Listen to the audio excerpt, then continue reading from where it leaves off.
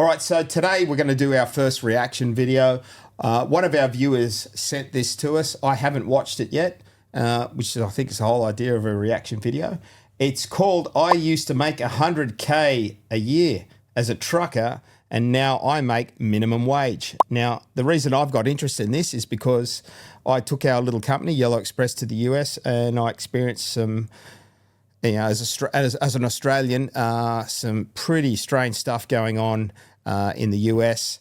This is a US based post, and I can see a lot of things that we're starting to import into Australia that we need to put a big stop to. So let's get away and watch this little video. Look around.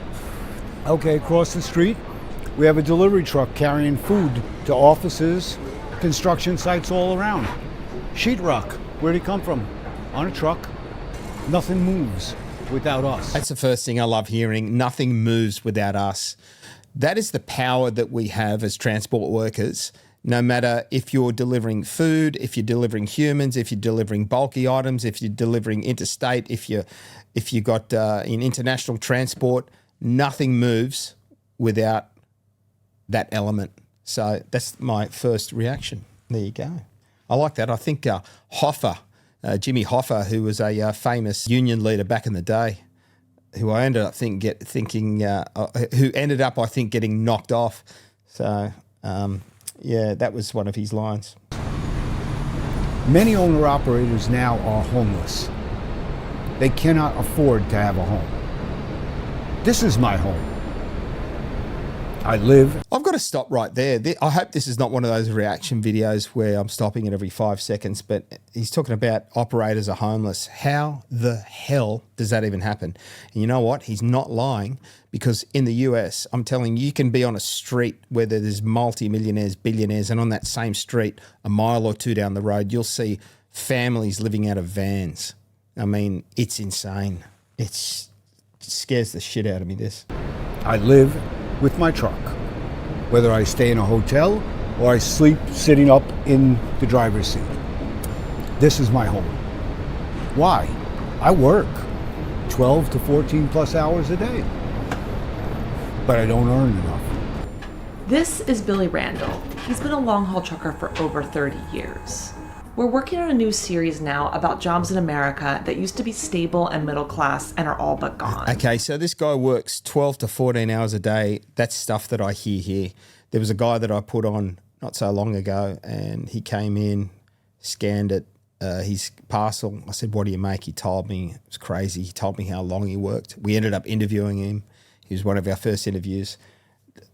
Working 12 to 14 hours a day to not earn a living is madness. I can tell you right now, the best CEO, the one with the most stress, the most pressure, that has the most on his plate and is the busiest, wouldn't work 12 to 14 hours a day. I can tell you that right now. Disgraceful. One of the most dramatic shifts from good job to bad job is in the trucking industry. Trucking used to be one of the most coveted blue-collar jobs in America. The average trucker made $110,000 a year. That's enough to raise a family and have a home. Now many of them, like Billy, are barely making minimum wage. We're tired of being the back of the economy because our backs are broken. We're going to unpack exactly what happened through the stories of two truckers that are struggling. One who's been a driver for decades and one who's trying to make a life for himself in the industry. This is The Classroom for More Perfect Union, and today we're looking at why truckers can't make a living. All hours worked, all hours paid. I met Billy at a rally in DC with the Truckers Movement for Justice. Billy's a little bit of a wild man. He's currently trying to lead strikes in the coal mines of West Virginia and the oil fields of Texas, and I think he might pull it off. Billy has a vision that truckers would be organized again after 40 years of not having power. Let's go back a little bit. This might be what you think of when you think of a trucker. An outlaw, a guy on the road with nothing to lose. But in reality, a lot of them lived pretty regular lives and went home to their families every night. It was a hard, dirty job, but it was a good job. The truckers I met in Washington all had the same complaints. A breakdown, honestly, it'll put me out of bed. I don't want to lose my company, I don't want to lose my trucks, I don't want to lose my home. The pay is low, the cost of doing business is high. Let's get back to Billy. Like 350,000 other drivers in America, Billy is an owner-operator, meaning he owns his own truck. It also means he's responsible for the overhead, repairs, insurance, maintenance. That is so true. Pay's gone like this, and costs of running a truck, insurances, just everything connected to driving, petrol, it's basically doing that. It's exactly what it's doing. It's happening there, it's happening here. And by the way, I don't know how old this Billy guy is, but he looks like he needs a holiday, and he looks like he needs a hug. And if something goes wrong, it can cost him. Today the truck broke down.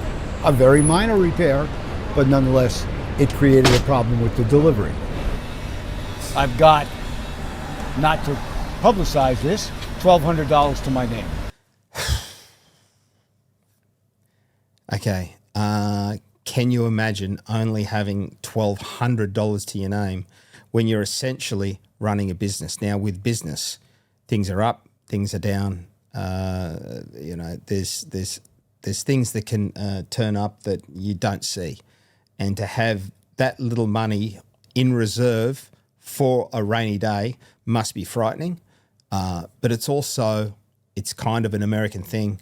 You'll find that most Americans, whether they're working for themselves like Billy or even just employees, you'll find that most Americans live paycheck to paycheck. And I tell you what, with Billy living in his truck, or on a lucky night having the ability to rent a hotel, which would be a luxury, is killing this guy. I'd love to meet Billy. Love to get him on the podcast.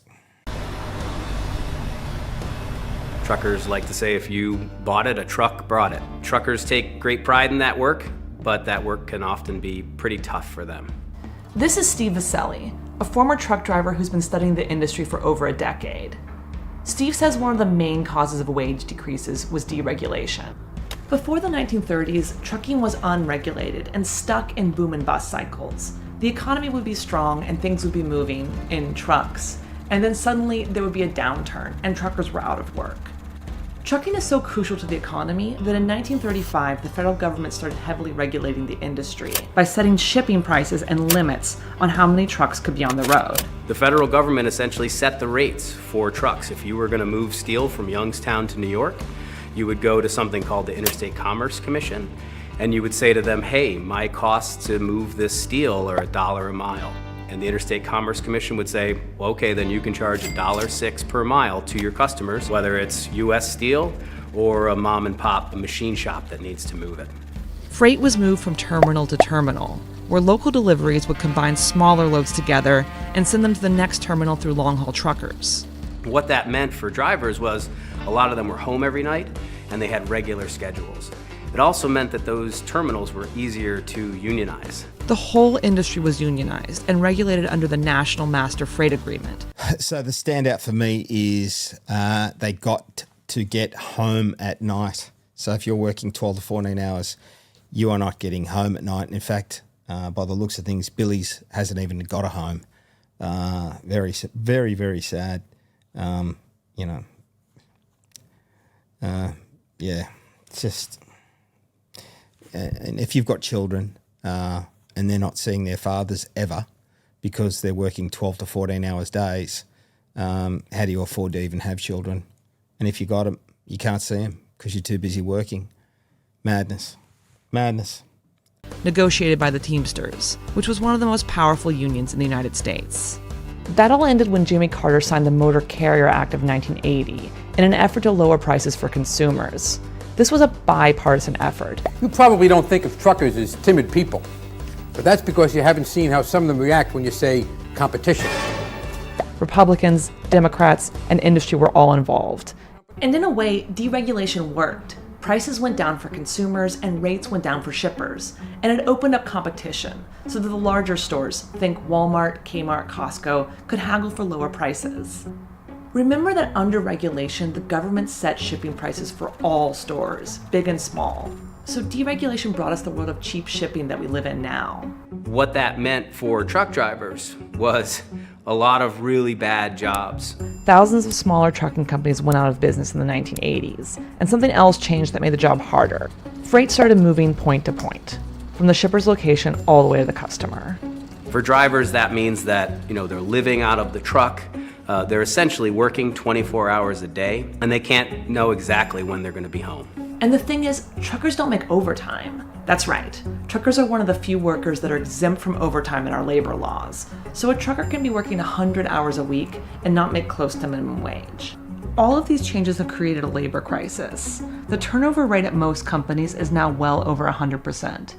That's why every year the American Trucking Association claims there's a driver shortage. 80,000 drivers short amid the supply chain crisis. This historic trucker shortage again.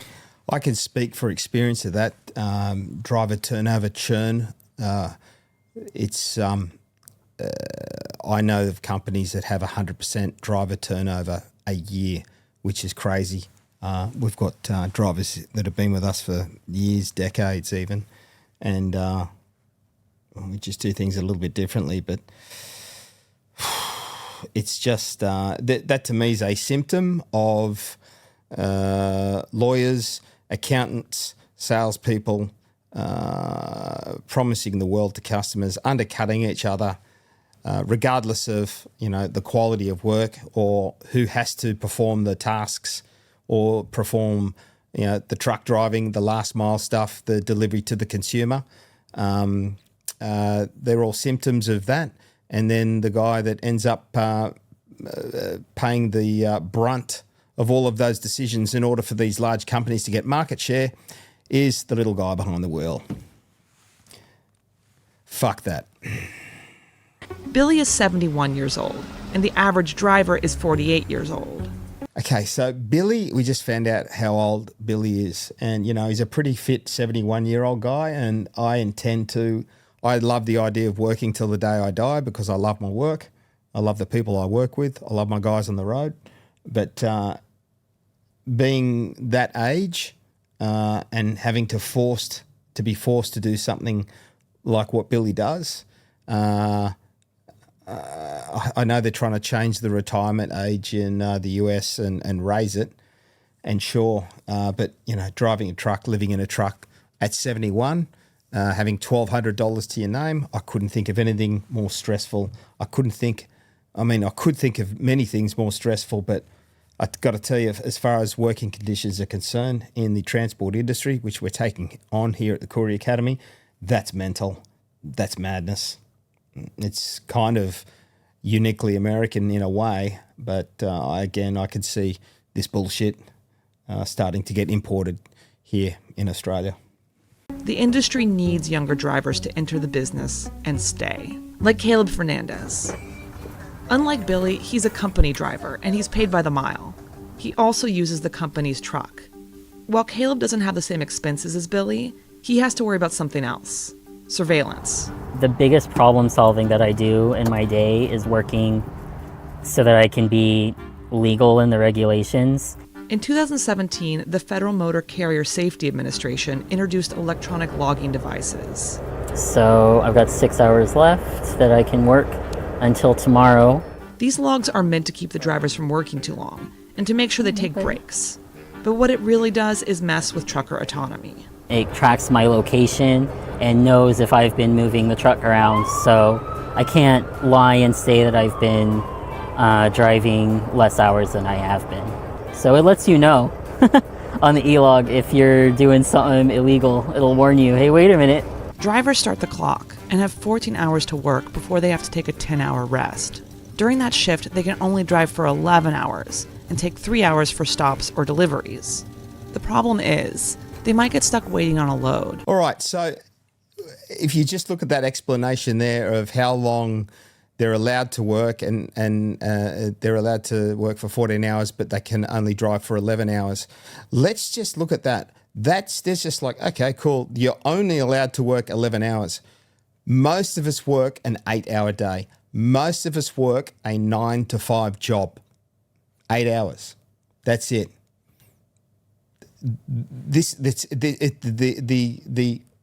authorities, the laws are saying that you can only work 11 hours. So we're taking for granted that most of us work 8 hours and the average trucker is working that an extra 3 hours per day. And it's like, meh, what's 3 hours a day? What's 3 times 7?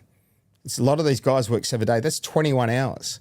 I'm terrible with maths, but that smells like the best part of 85 hours a month. What's that a year? How many days is that? How much time is that away from your kids, or doing things that you enjoy? You might like bowling or something like that.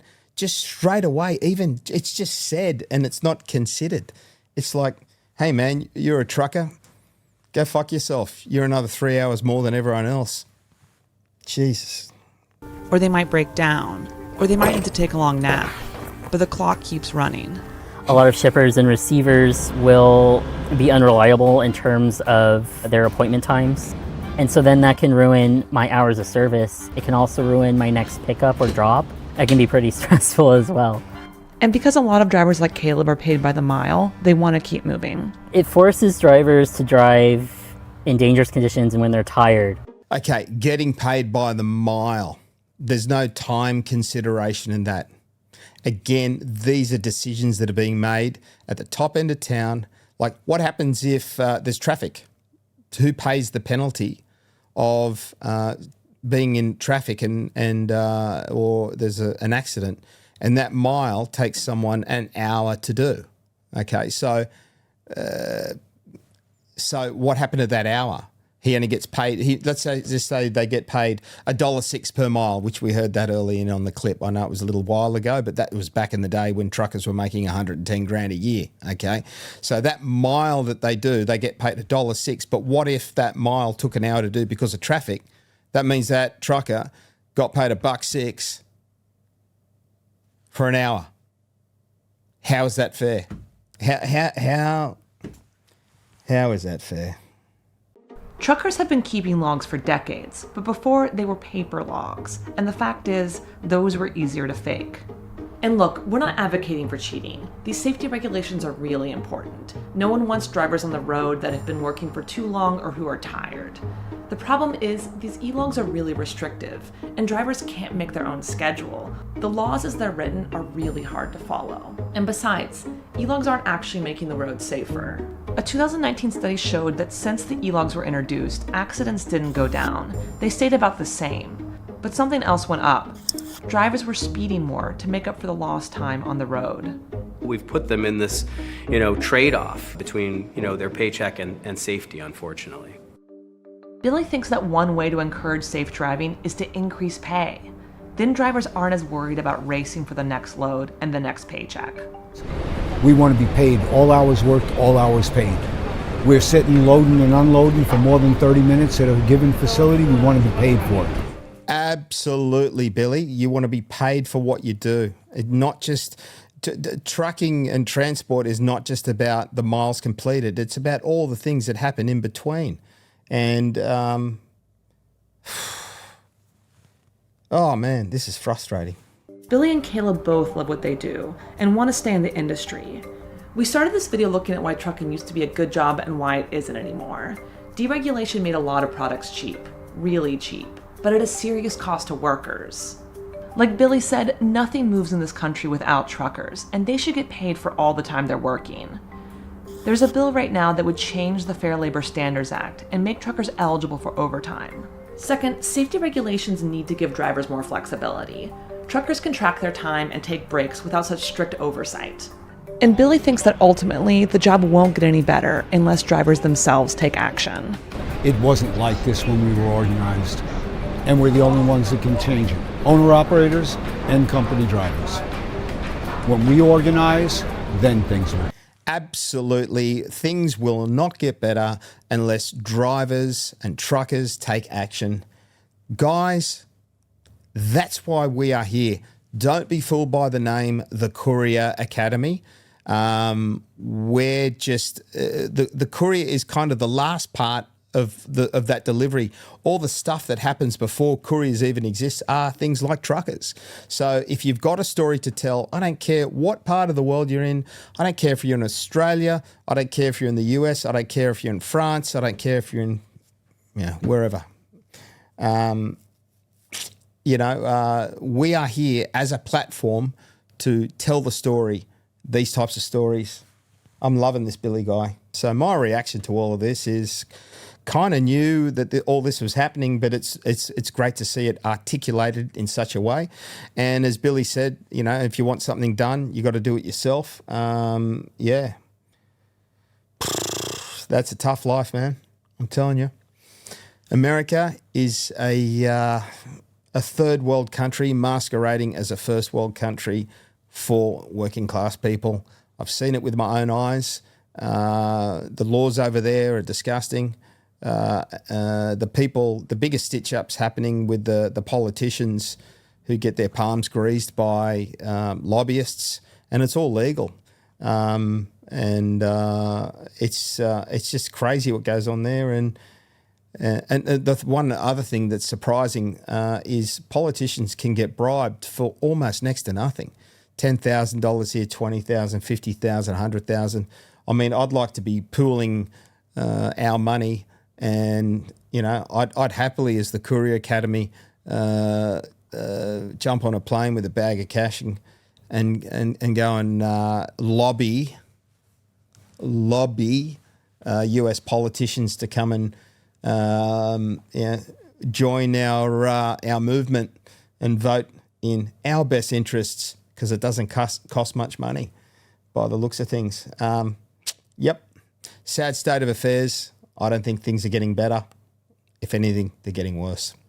So if you've liked what you've heard today on the Courier Academy, we need your help. We need your story. You can either come in in our studios and tell your story here, or Nicole will get you online. Reach out to us at thecourieracademy.com.au. Apply. We'll get back to you and let us help you tell your story, and let's all work together to make this happen.